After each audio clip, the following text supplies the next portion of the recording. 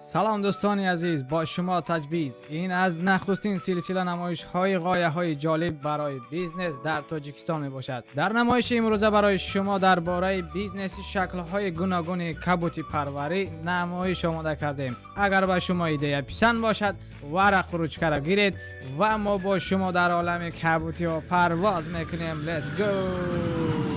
چرا ما نمایش خود را از پرورش کبوتی آغاز بخشیدیم؟ سبب در آن است که طلبات به کبوتی دائما بلند است. استحصال کبوتی همچون بیزنس مهارت بلند کسبی و مهنت زیاد را طلب نمی کند. زنهای خانشین می توانند مشغول شوند. ارزش واسطه های ضروری گران نیستند و به همه دسترسند. دارای درآمدناکی زیاد می باشند و سرمایه گذاری زیاد را طلب نمی کند. امروز در بازار زیاده از 12 نمود کبوتی را واخوردن ممکن است که از بین آنها بیشتر به کشنیج، برگ پیاز، اوکراپ، شپینات، بازیلیک، برگ سالاد، شاول، ردیسکا و چیسناک طلبات بیشتر است. می توان آنها را در شرایط خانه، گاراژ، گرمخانه، بالای بیناهای استقامتی با اصول گیدروپونیکی و خاکی پرورش نمود. Идолоса 20 лет? Просто чисто поржать? Да. Это очень круто!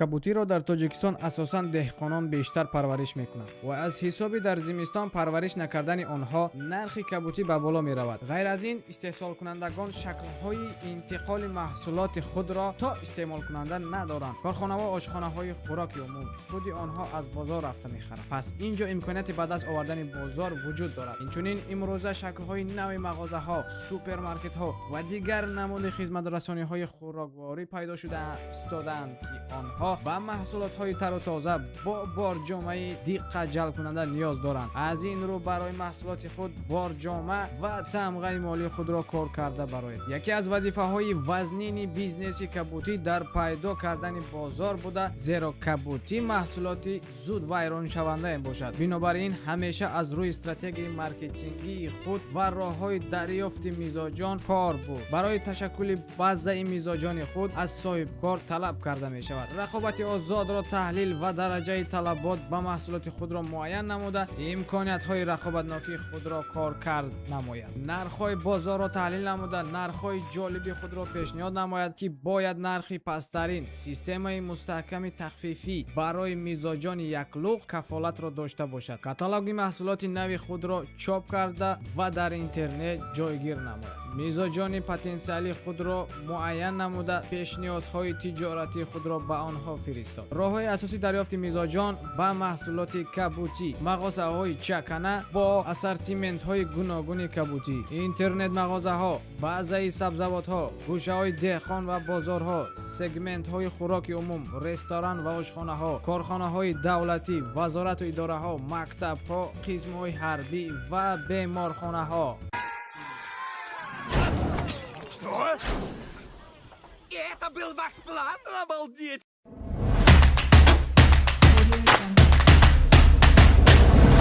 اکنون در دوام نمایش درباره استحصال یک نمود کبوتی سخن میکنیم. استحصال برگ سالاد. برگ سالاد نسبت دیگر کبوتی ها به همه طلبات های گرمخانه، مهلت پرورش، نرخ تاب‌آوری، میدان کشت و مهلت نگهداری بیشتر جوابگو می باشد. برگ سالاد شکل های جنگله، قلمفوری و پهن برگ می شود و آن را در دوام 20 روز 22 روز استحصال نمود. برای استحصال برگ سالاد در شرایط گرمخانه با ما لازم می شود. گرمخانه ترموی. می تواند گرمخانه را از فرم‌های پلاستیکی دسترس کنید و یا در اول از اصول های بابایی با ارماتور و سلفان استفاده برده خودتان می توانید سازید. برای نگاه داشتن حرارت از پیچکه های آب گرم کننده استفاده برد. سیستم های آب های چکروی با باچکه آبی. اگر امکانیت مالیوی شما رسد می توانید از خطای درخواست نمایید و اگر نرسد از هر گونه لایف هک ها استفاده برید. لامپه های LED Grow Light. این لامپه ها را حتما دسترس نمایید زیرا صفت محصولات شما از آنها وابستگی دارد. به این گونه لامپه ها محصولات شما پس صفت می شوند. خاک و تک خاکی ها. خاک را می توانید با پاروی محلی آمیخته کرد که حاصل خیزی آن زیاد می شود و از جوانی یک خطه، دو خطه و بسیار خطا استفاده بود و نهایتا تخمی را از بازارها و سامانه‌های اینترنتی دسترس کرده می شود. برای دسترس نمودن تخمی حتما با متخصصان هم صحبت شود.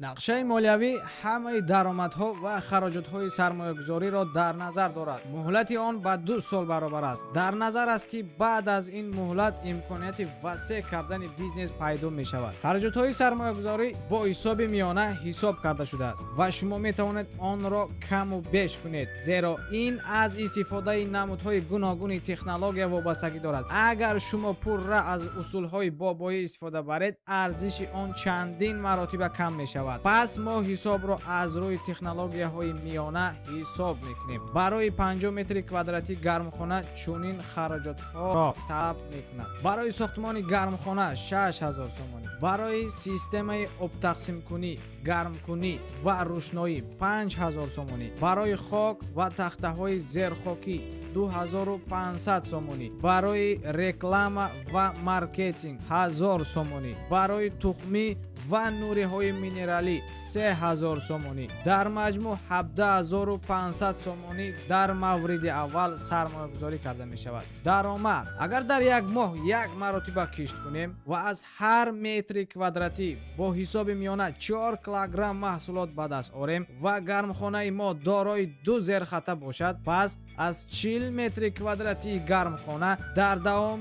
سال 3840 کیلوگرم برگ سالاد استحصال کردن ممکن است. اگر 1 کیلوگرم محصولات را با نرخ 5 سومانی فروشیم، حالانکه آن در بازار از 10 تا 15 سومانی ارزش دارد، 19200 سومانی به دست می‌آوریم. در این گونه گرمخانه می‌توانند خود اعضای خانواده شما کار کنند. در دوام سال با واسطه‌های گردان به مقدار 2000 سومانی خراجات علاوه‌ای مصرف کنیم، پس 17200 سومانی در دست شما میماند. مهلت باز پرداخت سرمایه 1 سال در بر میگیرد. Не слушай никого, кто скажет, будто ты чего-то не можешь. Даже меня. این بود معلومات مختصر اوید پرورش و بیزنس ساحه کبوتی پروری. اگر برنامه به شما پسند آمده باشد، به شبکه آبونه شوید، لایک را زیر کنید. هر عمل شما ما را روح و الهام تازه می بخشد و بیشتر غایه های جالب را پیشنهاد می نماییم. ایده پسندیده خود را یابید، بیزنس خود را آغاز کنید. هر آن چیزی را که می توانید با آن چیزی که دارید و در کجای نباشید آغاز بخشید. راه به سوی موفقیت با شما بود. دلیر طاهری در تاجبیز بمانید.